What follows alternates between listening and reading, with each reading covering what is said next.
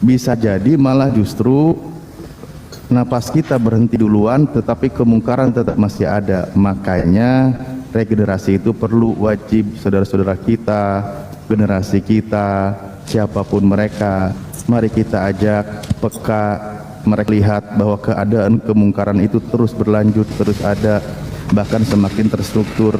Bahkan kalau kita umat Islam tidak menstruktur kegiatan ini, malah kita bisa terkalahkan secara syariat, kan gitu. Al-haqqu bilanidom yuglibuhul batilu binidom, gitu kan, bahwa kebenaran yang tidak terstruktur, tidak rapih, tidak tersusun, tidak diatur strateginya, itu akan terkalahkan oleh kebatilan yang terstruktur, yang rapih. Artinya kita memang diperintahkan bersama-sama di dalam menegakkan kebenaran itu bersama. Kalimatnya kan kuntum, kalian semua, banyak gitu, jamak. Belum berhenti, kemungkaran tetap ada.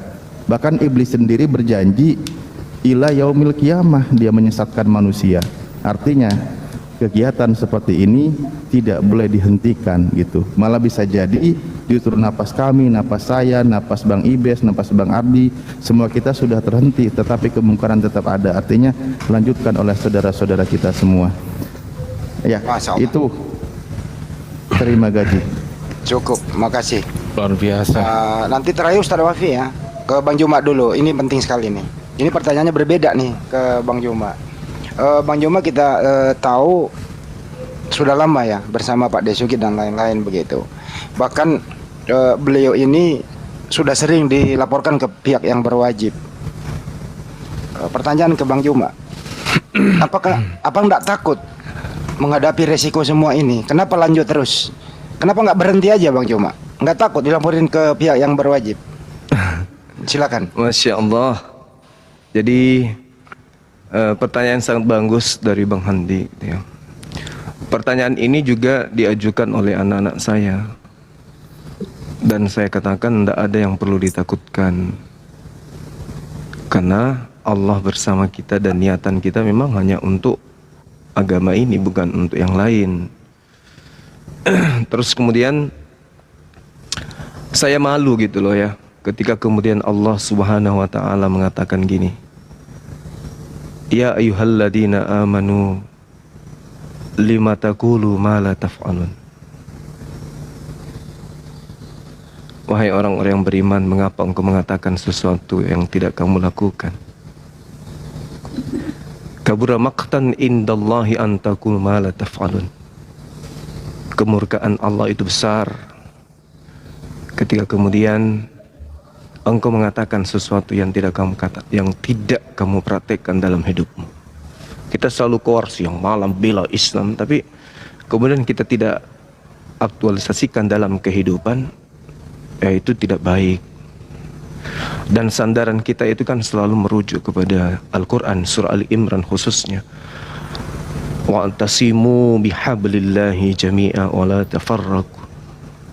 Lalu disambut kemudian dengan ayatnya, wal takum minkum ummatu yad'una ilal khair wa ya'muruna bil ma'ruf. Kan seperti itu. Lalu kemudian pola ini kita harus dudukkan perkara innamal mu'minuna alladzina idza dzukirallahu wajilat qulubuhum. Kalau kita berjuang tetapi tanda-tanda itu tidak ada di dalam hati kita, berarti ada faktor X yang membuat kita ada di sini. Bukan karena Allah, tetapi karena ada sesuatu. Makanya konsep yang selalu saya tanamkan pada diri saya itu untuk, istilahnya apa ya bilangnya,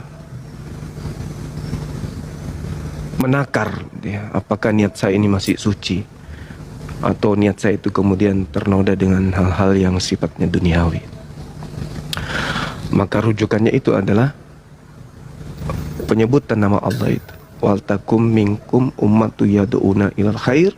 Lalu kemudian Allah mengatakan innamal mu'minuna alladzina idza dzukirallahu wajilat qulubuhum.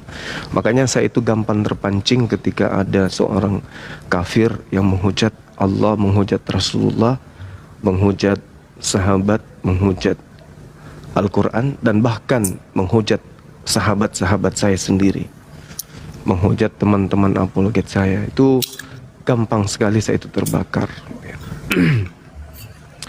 Lalu kemudian kalau dikatakan mundur, mungkin enggak mundur, tetapi demi keselamatan anak-anak saya, mungkin insyaallah ke depannya rencana saya akan membeli tempat atau rumah yang lebih aman, kurasa ya. Lebih baik kemudian mengamankan diri untuk mereka, karena mereka masih kecil, mereka masih anak-anak, mereka butuh kemudian hidup yang layak, aman, mereka sekolah tanpa harus ada tendensi ketakutan oleh karena bapaknya, gitu ya kan. Karena mungkin teman-teman sudah tahu beberapa saat yang lalu ada insiden di rumah saya ini yang kemudian saya katakan bahwa itu bukan murni faktor alam. Dan juga memang saya dulu pernah sama host juga pernah dipepet mobil kendaraan, itu juga pernah terjadi ya. Dan memang ancaman silih berganti itu datang, bahkan orang di luar provinsi datang ke Makassar betul-betul ingin menemui saya, itu pernah terjadi ya. Sifatnya mau melenyapkan lah gitu ya, tapi ini tidak perlu dibesar-besarkan. Saya hanya menjawab pertanyaan Bang Handi, saya tidak akan pernah mundur. Tidak akan pernah mundur sampai kapanpun. Dulu saya sendiri aja saya jalan, apalagi sekarang saya bersama dengan kalian. Saya semakin kuat. Masya Allah. Ya. Takbir. Saya semakin kuat. Allahu Akbar. Dan satu hal yang perlu kemudian saya sampaikan di sini ya, bahwa terkait dengan metode yang kita gunakan itu jangan pernah berubah. Dalam kajian perbandingan agama itu, khusus ya perbandingan agama, karena dulu saya di AIIN itu, ya IN istilahnya dulu ya, sekarang sudah jadi UIN, saya pernah jadi mahasiswa di sana. Itu ngambil perbandingan agama. Masya Allah. Memang kita memahami bahwasanya tidak semua, tapi ada bagian daripada ulama Islam itu kemudian yang menggunakan pendekatan perbandingan agama dalam sisi etimologi dan bahasa itu, mereka kemudian menyandingkan sebagai perbandingan dan pola pikir di dalam menelaah sebuah kajian.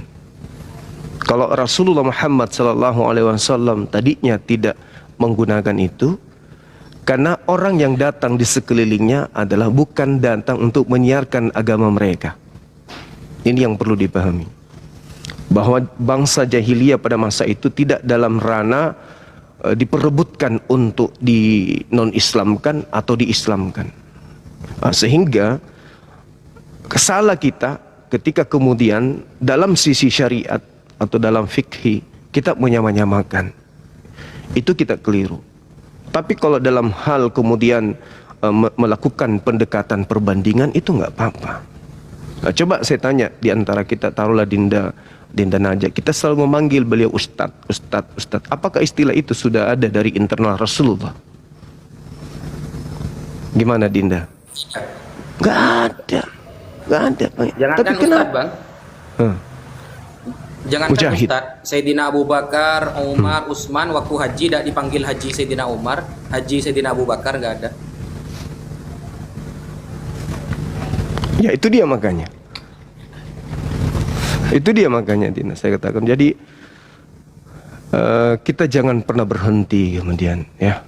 Tetaplah kemudian maju, jalankan misi kita kemudian untuk mempersatukan umat, memperkuat akidah.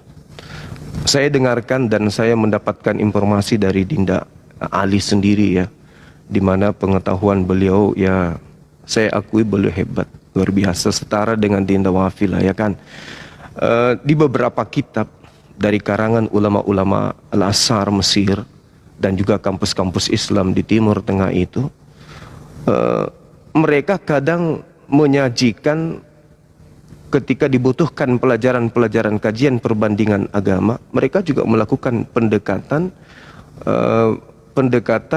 bagaimana mereka kemudian bisa memberikan satu ilustrasi yang mana kajian itu menyerupai tetapi tidak sama. Ya, seperti yang saya katakan dan saya uraikan tadi. Namun ada hal yang tidak semua orang tahu. Apa itu? Bahwa pada level pemahaman manusia ada yang dikatakan sugesti.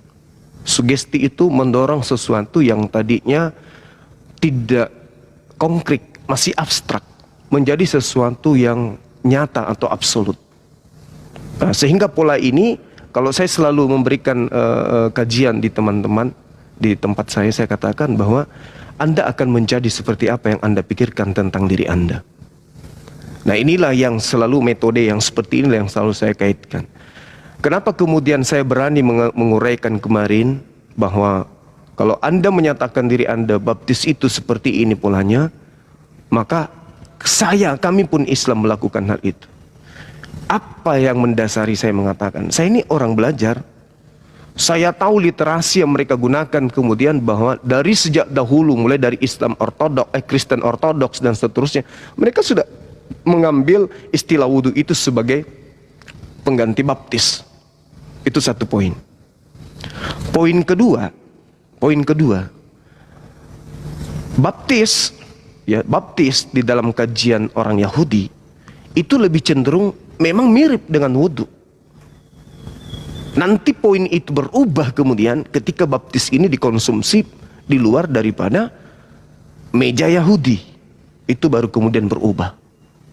Jadi tadinya baptis itu ya seperti yang dilakukan kemudian Nabi Musa, Daud, Salomo ketika mereka kemudian ingin masuk ke kemah pertemuan. Mereka wudhu. Makanya kita tidak bisa lepas sepenuhnya dari sana. Dalam arti kata, kalau seorang apologet Islam mengajukan sebuah pernyataan dan itu sifatnya perbandingan, ya majas ya dalam ilmu balaga, kalau nggak salah ya Dinda ya, itu biasanya itu makanya saya katakan saya tidak sedang mengundang kisruh di umat kita, karena umat kita saya rasa sudah dewasa dalam pemahaman tentang apa yang saya sajikan. Karena ini dalam ranah debat lintas agama, ini perbandingan agama. Lain cerita kalau saya masuk di sebuah fakultas misalnya di Usuluddin, saya mengajarkan baptis, itu nggak nyambung. Tapi kalau di dunia debat seperti itu biasa. Jadi jangan pernah mundur, jangan pernah kemudian surut kita untuk menyajikan apa yang kita pahami, apa yang kita ketahui tentang agama ini. Tetaplah bersemangat, kemudian apapun yang orang katakan di luar sana, apapun isu yang ada di luar sana, seperti isu Bang Suma, ini muncul lagi isu baru. Bang Suma targetnya Desember ini sudah bisa beli Pajero katanya. Ini isu yang isu ya. ini isu yang merusak suasana hati, tapi ya nggak apa-apa lah, itu biasa aja. Wong kita beli Pajero 2 tahun yang lalu kok sudah ada di rumah. Jadi hal-hal yang kayak begini, adik-adik sekalian jangan pernah merusak misi kita untuk tetap berdakwah, ya. Jangan pernah merusak kemudian niatan kita ini untuk terus maju. Mumpung kita bersama dengan orang-orang yang baik, orang-orang yang berkorban demi agama ini, kita ambil amanah mereka, kita jalankan amanah mereka dengan baik. Ya toh? Inilah gunanya, inilah hikmah api itu ada. Jadi kita memiliki ilmu, Dinda Wafi ada ilmu, ingin diterapkan di lapangan, butuh biaya, mari kita support sama-sama. Itu baru. Nah, dakwah itu bisa berjalan karena faktor itu. Dakwah terkadang tidak bisa jalan karena faktor X-nya yang tidak ada. Oleh karena itulah kemudian saya, Dinda Hendra, Kotoni, rangkulan kemudian yuk mari kita kembangkan usaha yang bisa kita kembangkan untuk mendukung dakwah ini. Dan alhasil alhamdulillah kita sudah mulai merintis pelan-pelan. Dalam waktu dekat kita akan resmikan kantor kita di mana? Kalimantan Selatan. Oh iya, salah satu. Makassar. Nah, cuman ini pesan sebagai orang tua ini kepada adik-adik saya sekalian, utamanya yang masih bujang gitu ya, atau yang ini yang lebih parah yang sudah punya istri. Ingat, saya itu dari sejak tahun 2008 kemudian berbagai macam ujian, berbagai macam cobaan. Bukan macam ya. Saya sampai dikirimkan tiket pesawat, saya di video call dalam keadaan yang tidak baik, kemudian didatangkan dengan wanita, perempuan, gadis, cewek. Alhamdulillah sampai hari ini saya masih bisa lolos dari itu semua. Jadi jangan kaget. Antum semua jangan kaget. Yang tadinya yang kenal cuma 100 orang, begitu satu komal dengan besarin dong hadiah buat Bang Zuma nih. Iya, Masya Allah. I love you too, my brother. Jadi Masya Saya Allah. lagi di pantai nih. Saya di tempatnya Ustadz Wafi nih, di PLTU Probolinggo. lagi jemur jagung. Bukan, nyambang anak. Oh iya. Oke. Saya lanjut sedikit dulu dan saya lupa. Antum semua yang tadinya hanya dikenal 100 orang, tiba-tiba naik di komalnya Akhi Sugi. Pengikut antum semua melonjak langsung 1000, 2000, 3000 dikenal sana sini. Itu jangan membuat antum semua kaget. Tiba-tiba Anda didatangkan dengan berbagai macam tipikal wanita atau teman laki-laki, lalu kemudian anda kaget, wah ini kesempatan, kok bisa jadi kayak gini? Jangan, itu cobaan, itu godaan, ya, itu godaan, itu biasa, itu biasa. Jangan anda kaget, karena anda berada dalam barisan penjual parfum, maka anda pun akan menjadi harum. Kalau anda bersama dengan penjual ikan, anda akan bau ikan. Jadi jangan kaget, tiba-tiba anda dikenal, banyak yang DM, banyak yang WA, banyak minta nomor HP, banyak minta selfie. Jangan kaget. Jangan kaget, itu yang akan anda alami nanti. Jangan sampai salah jalan. Itu cobaan. Kayak gue Apalagi kalian ini ganteng-ganteng semua. Ngeri itu Ardi. Saya kalau mau ngikutin salah langkah aja, ya, saya katakan kepada saudara, mungkin hampir di setiap lampu merah itu anak saya ada, tapi saya tidak kenal siapa mamanya. Masa itu. Ini bahasa tinggi jangan dipelesetkan lagi. Ya, andai Luar biasa. saja. Mau apa? Masih Bang Zuma muda. jangan nyindir-nyindir dong. Jangan nyindir-nyindir dong. Masih muda, titip amanah harta sedikit ada, ya kan? Apalagi sekarang single, ya kan? Anak udah besar, tabungan ada, ya 4M adalah kurang lebih. Masa. Datang kemudian Masya wewe Allah. ngajak, kesempatan itu selalu ada. Tetapi itu bukan kemajuan, itu bukan satu kelebihan, bukan, itu ujian. Betul. Jadi jangan sampai adik-adik ini begitu ikut dengan Bang Zuma yang sudah banyak yang membenci dia dari sejak tahun-tahun kemarin, dibenci sama orang. Antum ikut-ikutan, tiba-tiba, hai Bes, hai Andri, Ardi, hai Alif, gimana dong kenalan gini. Jangan terbuai. Itu hal kecil, itu hanya kecil. Ada masa di mana Anda akan disambut oleh orang-orang yang lebih hebat dari itu. Yang penting tetap istiqomah. Jangan terpancing dengan itu. Siap, Itu Gurunda. hanya buah saja. Anggap itu sebagai lelucon, anggap sebagai teman, sahabat dan seterusnya. Tapi kalau mau kemudian sampai nanti kita dibilang kampungan, nanti dibilang kita ini orang Siap, Gurunda.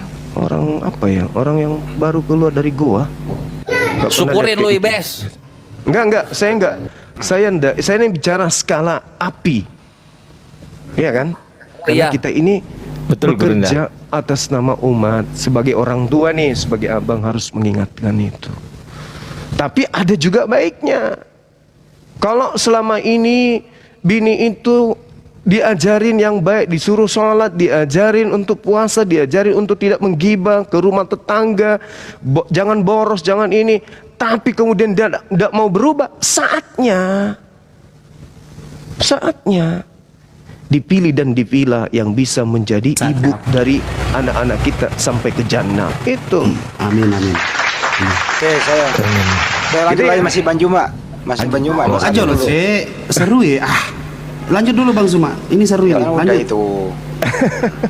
Oke, jadi Siap, kesimpulannya siap, Bang gitu. Suma. Kesimpulannya adalah mari kita jaga sikap. Itu yang saya bacakan tadi ayat suci Al-Qur'an, innalladzina amanu lima taqulu ma la taf'alun. Kabura maqtan indallahi an taqulu ma la ta'lamun. Ya. Saya kira begitu ya, adik-adik sekalian, tetap semangat. Semangat, semua api semangat. Iya, tapi kalau ada yang keras pahanya, jangan lupa WA saya. Oke, terima kasih. Assalamualaikum warahmatullahi wabarakatuh. Waalaikumsalam. Satu lagi Bang Juma, sebelum kau tawafi, satu lagi begitu ya. Agak tuh. Ini untuk kita semua. Bang Juma perjuangannya sudah lama begitu ya. Siap. Ini sudah ini baru saya buka nih. Baik di LP secara prosedur hukum itu LP-nya banyak Bang Juma masuk sesuai dengan prosedur hukum. Itu baik juga apa adanya. Itu resiko juga loh. Iya. Satu, kedua secara juga dunia nyata secara premanisme juga ada itu. Nah ini gimana menyikapi ke depannya? Mau mundur atau terancam loh ini jiwa Bang Juma? Mundur atau lanjut? Enggak, saya cuma pesan satu. Kalau Anda ingin merusak, merusaklah dari belakang. Jangan sampai di depan saya. Ya. Karena prinsip saya, daripada saya lebih baik kau. Tuh. Mantap. Ya. Rusak dari belakang. Jangan coba-coba dari depan. Habis Mantap. kalian. Mantap, mantap. Mantap. Mantap. Dengerin, Bes. Baik. Dengerin. Sebelum ke Ustadz Wafi, yang lain ada mau bicara dulu? Silakan. Ada. Ya silakan. Silakan. Udah ya? Ya. Habis jangan kemana-mana dong Bang Juma. Masih ada. Saya tutup kameranya karena beliau segan takut. Iya, iya, iya. Ya, Jangan, betul Gurunda. betul. Gini Gurunda, gini tidak sedikit banyak yang nggak apa-apa Gurunda, dibuka aja Gurunda. Buka aja dong. Biar kelihatan saya ngomong salah apa enggak. Enggak apa-apa, buka aja. Auramu hilang anak muda Enggak kalau saya buka. Enggak apa-apa Gurunda. Enggak apa-apa, saya ikhlas kalau Gurunda yang ngambil. Saya ikhlas. Jadi gini. Memang Kenapa gua di samping akhir-akhir Iblis ini kan emang diam. Oh ya, yang pertama tadi Bang Ardi aja yang langsung hubungin Ustadz Ayubi ya, Al Ayubi ya. Bang Ardi aja ya. Iya. Selanjutnya juga beberapa hari belakangan ini selama saya pribadi selalu mendampingi beliau nih yang di atas yang ada fotonya itu Pak Bang Hendra. Saya juga mantau di situ ada beberapa tidak sedikit yang sekarang merasakan yang namanya the power of Bang Zuma. Jadi yang selalu saya tanamkan ini semoga menjadi contoh untuk saya, untuk teman-teman juga, untuk saya sendiri. Kita di sini memiliki banyak follower itu tidak jauh dari follower Bang Zuma gitu. Jadi jangan sekali-kali apapun itu jangan pernah merasa bahayanya star syndrome. Karena apa ya? Itu yang bisa merusak gitu ya, merusak tujuan dakwah yang utama gitu. Untuk mencapai sebenarnya apa sih yang mau dicapai di sini itu dulu. Nah, ada beberapa memang tidak usah disebut namanya, cuman saya ingatkan siapapun kita di sini selama ada di barisan Bang Zuma, jangan pernah merasa diri lebih besar daripada siapapun. Karena apa? Kesalahan sedikit aja yang kita dapatkan itu banyak sekali efeknya. Karena apa? Apalagi kalau sudah dilabeli api gitu. Tidak menutup kemungkinan yang di atas, begitupun juga oleh laskar-laskar api juga. Hati-hati, apapun itu tetap fokus tujuan kita apa. Tidak usah adalah yang namanya star syndrome atau seperti itu, nggak usah ada. Karena apa ya, tidak akan jauh dari masalah. Noise, Bes. Iya tahu. Noise. Iya tahu. Terus. Tidak akan jauh dari masalah ketika Bes, kita noise, melakukan Bes. hal itu. Bahkan saya pun juga. Noise banget, Bes. Jangan diganggu. Biarin. Oh iya. Beliin aku juga dia kakak. Iya saya nanti ya. Sama makanannya. Iya nanti dibeli. Ya intinya tidak terlepas dari saya pribadi juga sudah merasakan hal itu dan sudah ada di hal itu gitu. Jadi kalau tidak membatasi diri akan merusak diri sendiri, intinya gitu aja. Jadi minimal intinya yang harus diingat kuota cuma 4 untuk satu orang laki-laki ya. Oke. Lanjut. Terima Cukup. kasih. Ustadz Cukup Wafi. ya. Ya cukup. Saya mengutip perkataan Imam Syafi'i yang bijak. Pekerjaan terberat itu ada 3. Sikap dermawan di saat sempit, menjauhi dosa dikala sendiri, berkata benar di hadapan orang yang ditakuti. Bijak banget. Ustaz Wafi,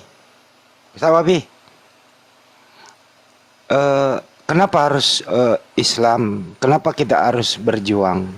Bukankah di luar sana mengatakan begini, nggak perlu Islam, kita ini udah dijamin masuk surga. Islam itu berat. Kenapa harus berjuang? Santai aja, nikmati hidup ini. Belakang persoalan. Gimana menyingkapinya, Pak Ustadz? Silakan. Kenapa harus berjuang? Begitu ya. Oke. Bismillahirrahmanirrahim. Jadi tidak usah kita ke kitab-kitab yang besar lah ya. Kita ambil kitab, bisa enggak host izin saya dibesarkan, saya tunjukkan dalilnya.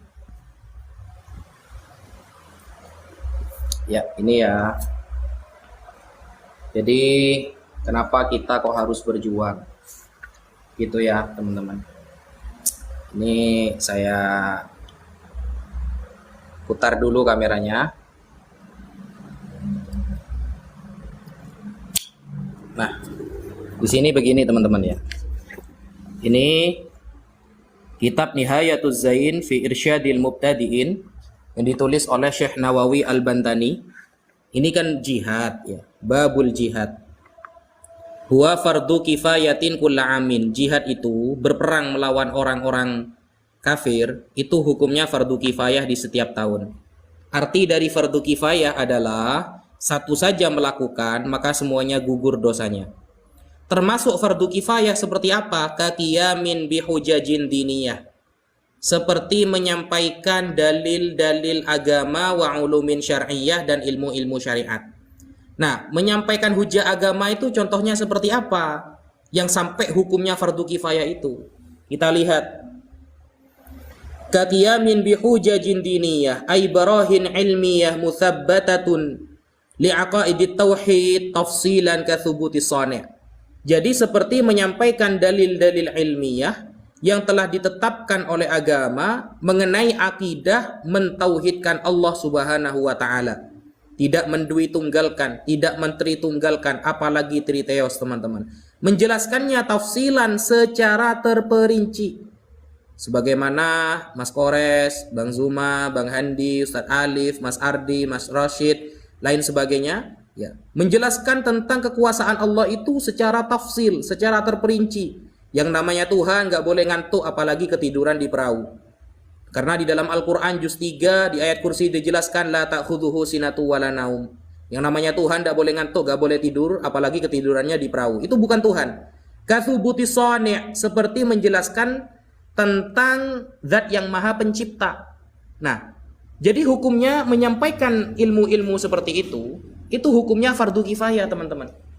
Jadi kalau satu saja ada yang menyampaikan, semuanya gugur kewajibannya. Jadi kita berterima kasih kepada Mas Kores, Bang Zuma, Mas Ardi, Bang Ustadz Alif, Bang Handi. Berterima kasih kenapa? Kita yang nggak bisa berhujjah, kita yang nggak bisa berdalil, sudah diwakili oleh mereka. Makanya kita gugur dosanya karena sudah ada yang menyampaikan tentang ketauhidan Allah Subhanahu wa taala. Karena apa? Karena di sini juga diterangkan Sayyid Muhammad bin Alwi Al-Maliki menerangkan maqamul khaliq wa maqamul makhluk. Ada derajat khusus sang pencipta, ada derajat khusus ciptaannya.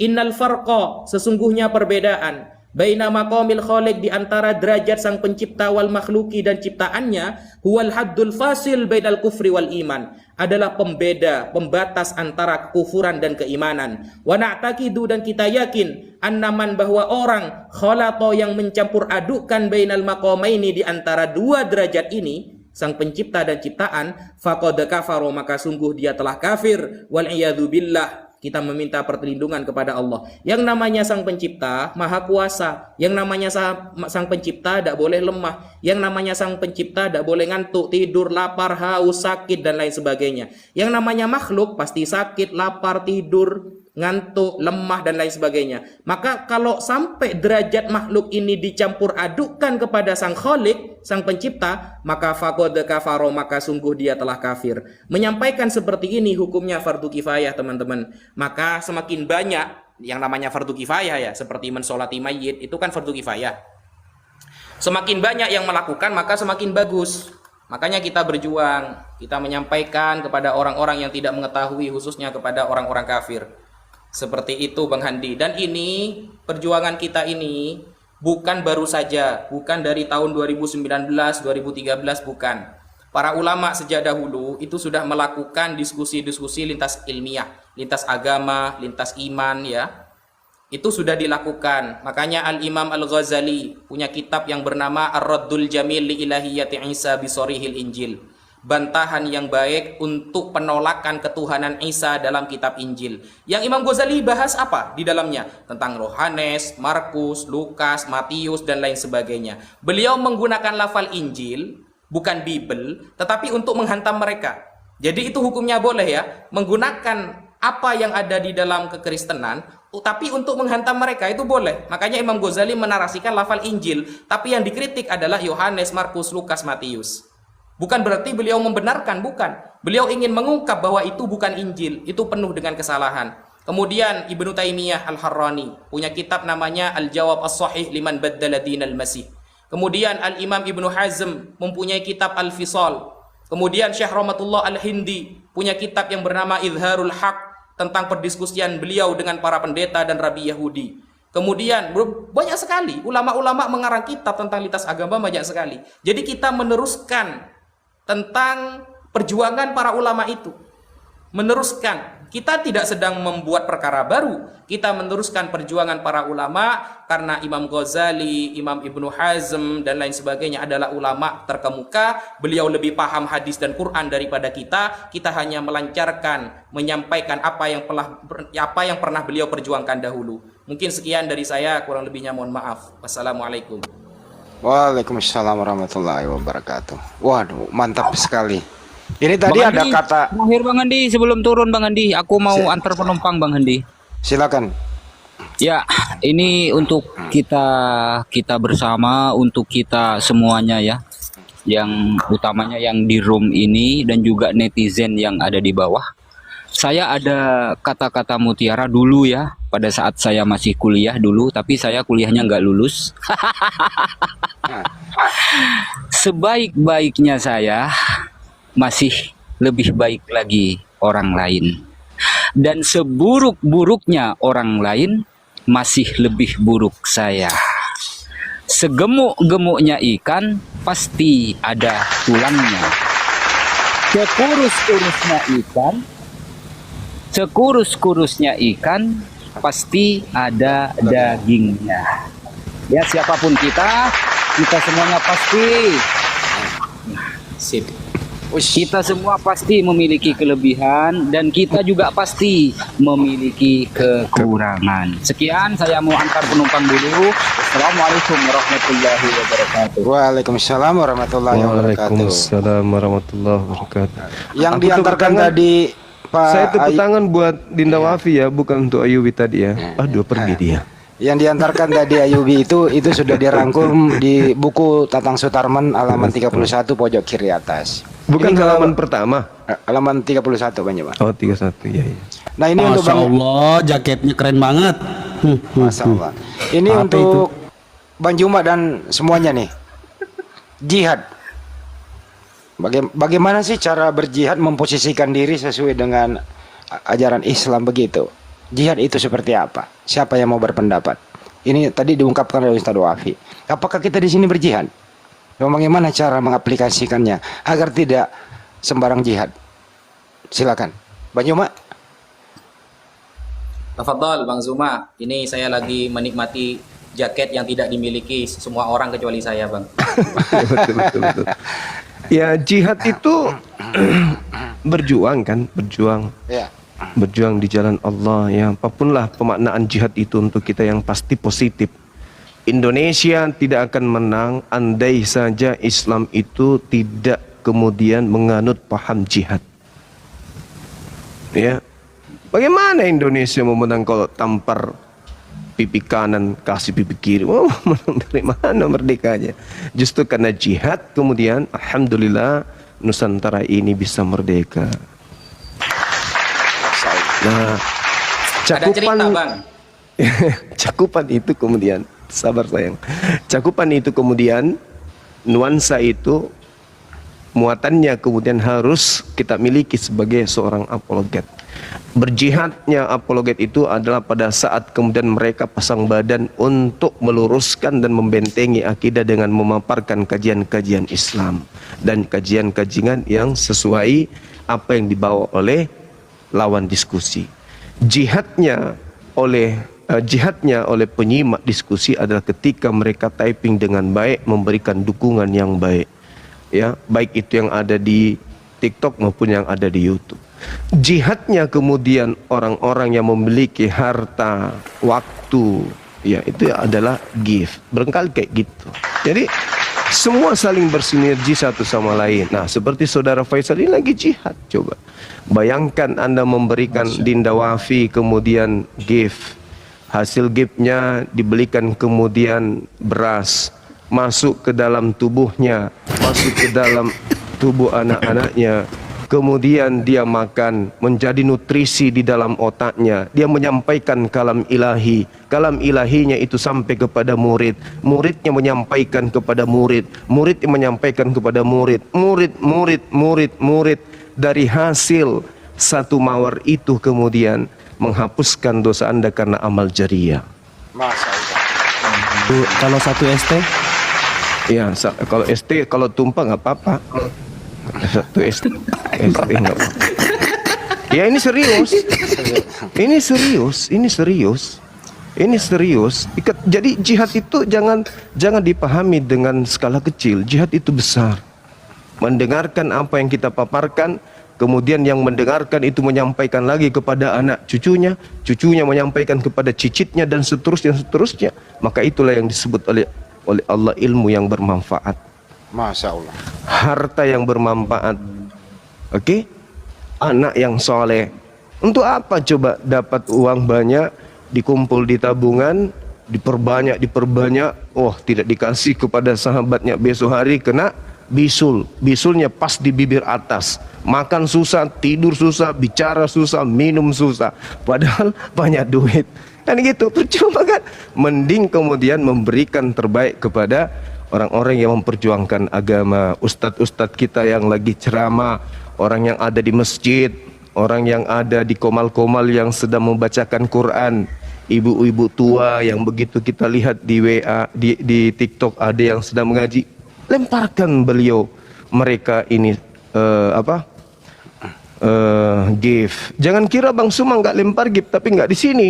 Saya itu kalau lempar gift kepada nenek-nenek tua yang mengaji dengan menggunakan lampu kecil, nah itu seperti itu. Tapi yang memang sudah di sini lempar gift ya di sini aja, nggak usah kemana-mana. Biar semangat dakwahnya gitu loh. Betul. Benar nggak? Benar. Iya, bukan masalah jumlah, tetapi ini berbicara mengenai jihad. Apa yang kita bisa berikan kepada agama ini, berikan. Apapun itu. Ya, waktu, tenaga, apalagi ilmu, harta. Kalau kita bisa silakan. Iya. Seperti itu ya, Bang Handi ya dan teman-teman yang lain. Silakan. Siap, Burunda. Baik. Jadi saya lanjut ya. Jadi yang tampil di kamera yang besar ini yang dipakai oleh Ustadz apa yang Ntar Ustadz, saya promosi dulu. Jadi yang dipakai Ustadz Wafi ini itu memang ganteng banget gitu ya. Mantap. Itu diprakarsai oleh Paduka. Waktu itu kami di warung kopi, Pak Hendra. Perancang busana terkenal di Republik ini, beliau telepon datang khusus untuk mengukur badannya Ustadz Wafi. Nggak lama kemudian dipakai lah ini. Jadi terima kasih ya Pak Duka. ya Itu udah dibilang itu jas apa HP? Memang Pak Duka ini di mana-mana perancang busana terkenal. Diundang ke warung kopi untuk mengukur Ustadz kita ini badannya. Assalamualaikum warahmatullahi wabarakatuh. Waalaikumsalam warahmatullahi wabarakatuh. Assalamualaikum warahmatullahi wabarakatuh. Enggak lagi judes. Waalaikumsalam. Silakan Pak Duka. Perancang busana selanjutnya diundang kemana Pak Duka untuk mengukur badannya Bang Juma ya ke Makassar? Saya cuma mau menyampaikan dua kata buat Ibes. Bang Andi. Ya, siap. Dabes, Ibes ditinggal. Ya Allah.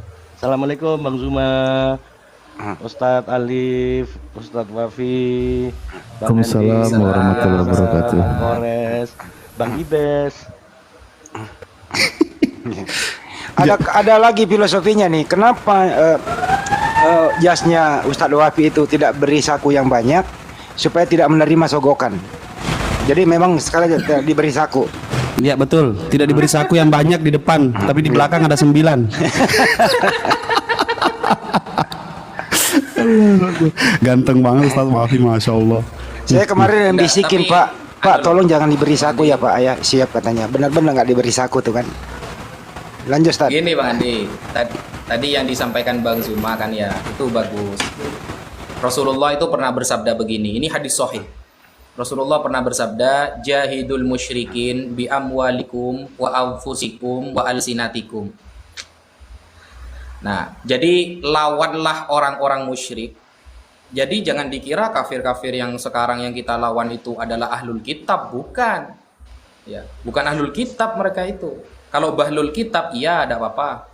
Nah, jadi lawanlah orang-orang musyrik, berjihadlah melawan orang-orang musyrik. 1, bi amwalikum, dengan harta kalian. 2, kalau gak bisa, bi anfusikum, dengan raga kalian. Sampai teman-teman yang di bawah typingan membantu menyemangatkan kita dalam berdakwah, bi anfusikum, dengan raga kita, sebisa kita, semampu kita. Atau wa alsinatikum, kalau gak bisa, sampaikan dengan ilmu, sampaikan dengan penjelasan.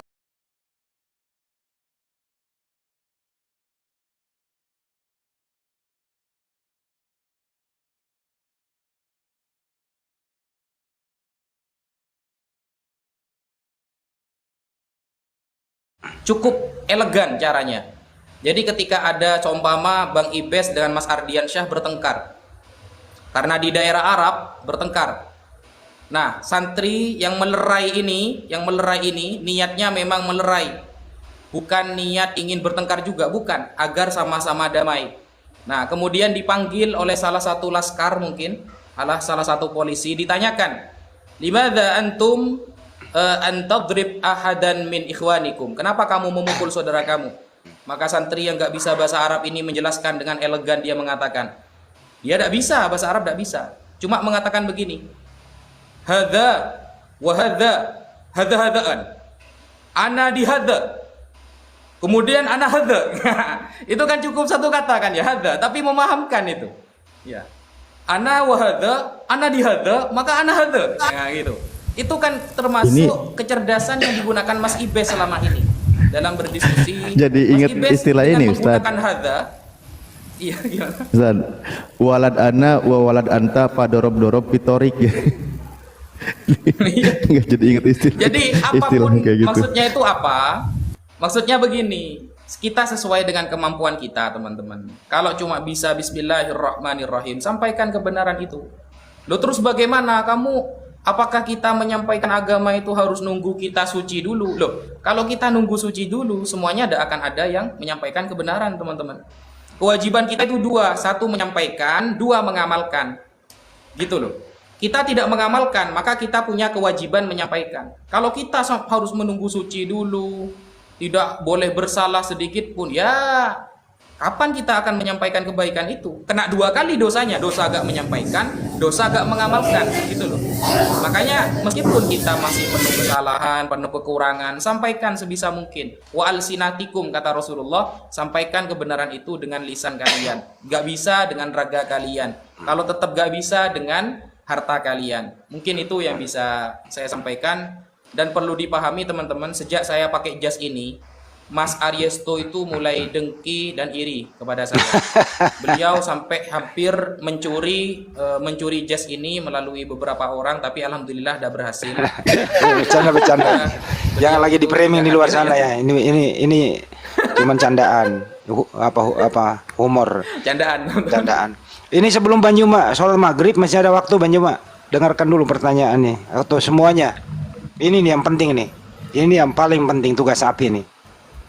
Di luar sana ada agama tertentu mempergunakan istilah-istilah Islam dalam hal misionarisme, membodohi saudara-saudara kita, memurtadkan saudara kita, memakai istilah-istilah Islam diselipkan di dalam kitab suci mereka. Bagaimana cara menyikapi? Bagaimana API menanggapi ini? Silakan, Bang Juma dulu sebelum maghrib di Makassar. Mengenai apa yang terjadi sekarang ini, itu kan Allah memang mengatakan wala tattabi'u khutuwatis syaitan. Janganlah engkau mengikuti langkah-langkah setan, kan gitu ya. Kita dilarang kemudian. Kenapa?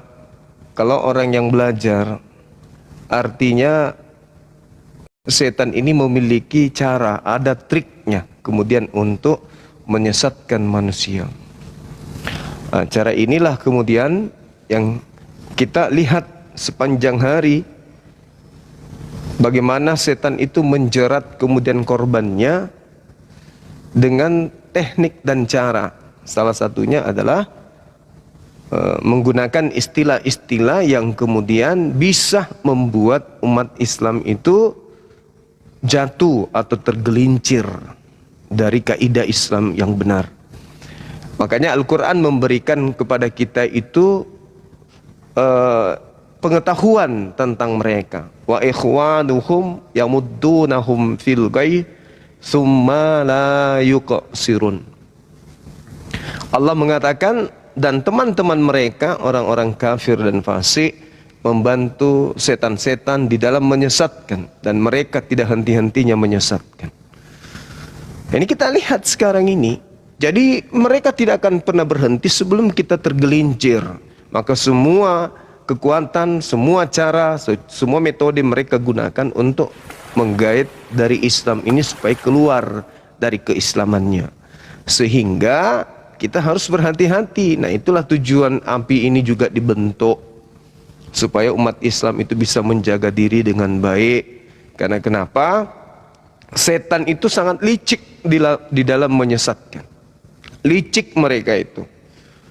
Licik sekali. Sehingga ya kita harus hati-hati. Wa kanal kafiru ala rabbihi zahira. Karena mereka adalah penolong bagi setan untuk menyesatkan umat manusia dan durhaka kepada Tuhan. Durhaka kepada Allah. Jadi kita harus benar-benar memahami bahwa keberadaan mereka ini, Al-Quran mengatakan dalam surah Al-Furqan ayat 55, bahwa orang-orang kafir itu adalah penolong setan dalam durhaka kepada Allah. Setan ditolong oleh mereka, orang-orang kafir, supaya manusia bisa terjerumus bersama dengan mereka. Salah satu triknya adalah menggunakan trik serigala nyamar domba. Bagaimana mereka bisa menyesatkan umat manusia? Mereka menggunakan manusia untuk masuk ke tubuh kita nyamar-nyamar seperti Islam. Makanya mereka menggunakan istilah itu. Nah, karena itulah kita harus berhati-hati. Kita harus menjaga umat ini agar senantiasa selalu mengikuti channel-channel yang menyiarkan tentang diskusi lintas agama, agar bisa tahu mana yang benar, mana yang salah. Nah, teman-teman yang ada, yang 1,7 ini, kalau ada diskusi-diskusi yang sebentar berlangsung, Anda ingin mendengarkan lagi, menyimak lagi, silakan ke YouTube. Di sini teman-teman semua hampir memiliki channel YouTube. Naja Media, Alif, apa lagi namanya, Dek? Al-Alif Channel.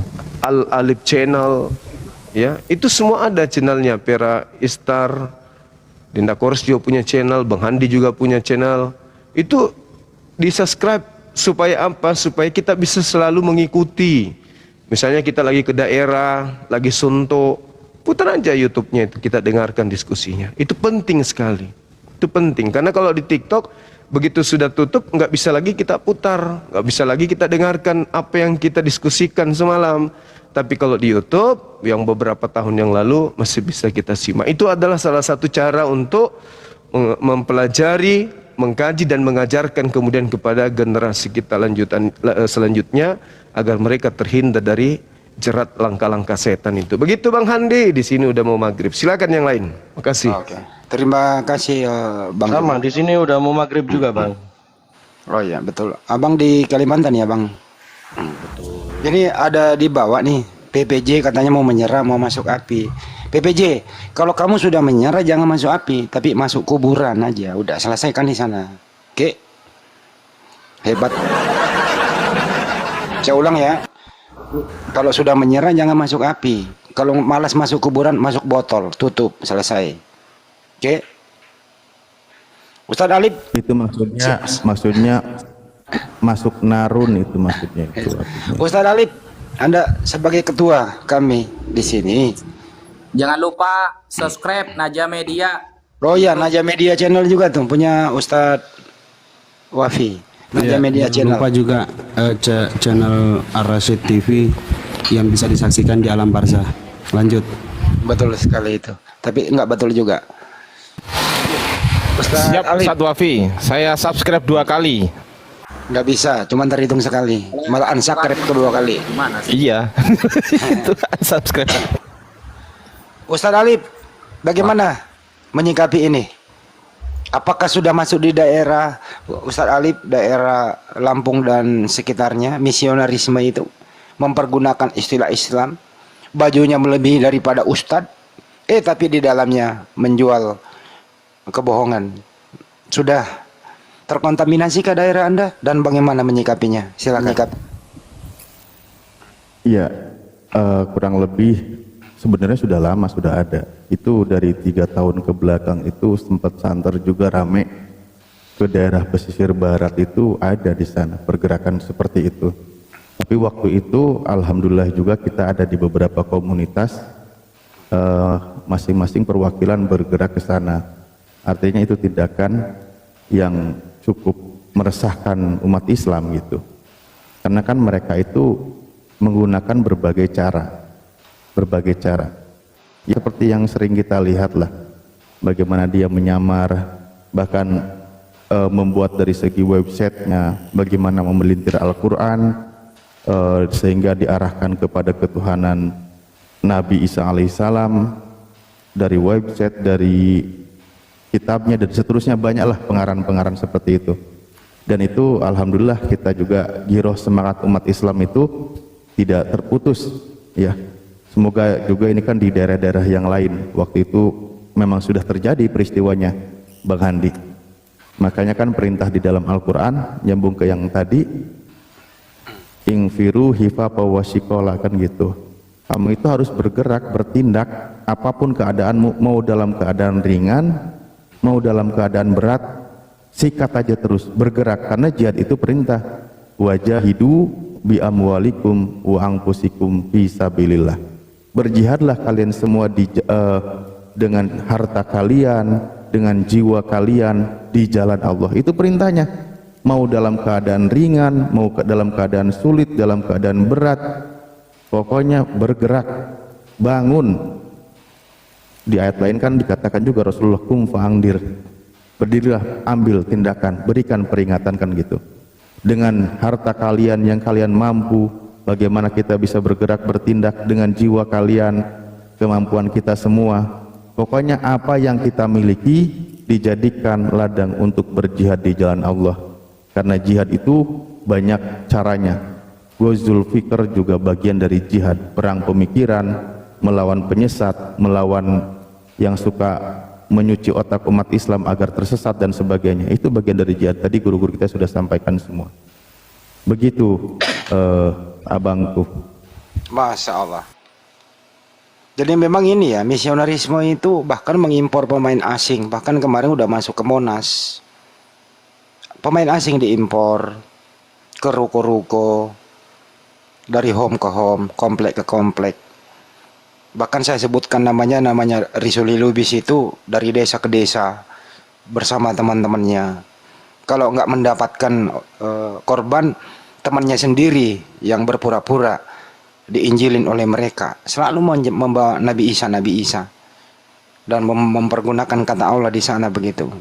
Ini harus dihentikan. Dengan cara apa? Dengan cara tidak melanggar hukum. Kenapa? Menyebarkan agama kepada orang yang sudah beragama itu melanggar hukum. Caranya bagaimana? Caranya adalah jangan bermain hakim sendiri, laporkan kepada pihak yang berwajib. Kalau bisa videoin bukti-buktinya, kirim ke kami akan mengambil tindakan. Karena ini apa?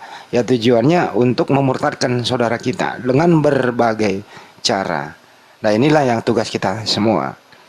Ya, di samping diskusi tiap hari, bagaimana supaya LAI itu menghapus semua istilah-istilah Islam yang dipergunakan dalam terjemahan mereka, yang sering mereka salah gunakan, terutama penggunaan kata Allah yang dinistakan itu. Ya Allah melayang-layang di atas permukaan air, na'udzubillah min zalik. Cara menerjemahkannya sangat tidak toleran LAI ini dalam menerjemahkan kitabnya sendiri. Tujuannya apa? Ya tujuannya tadi itu, karena Indonesia ini mayoritas Islam, bagaimana cara memurtadkan orang-orang yang tidak mau belajar.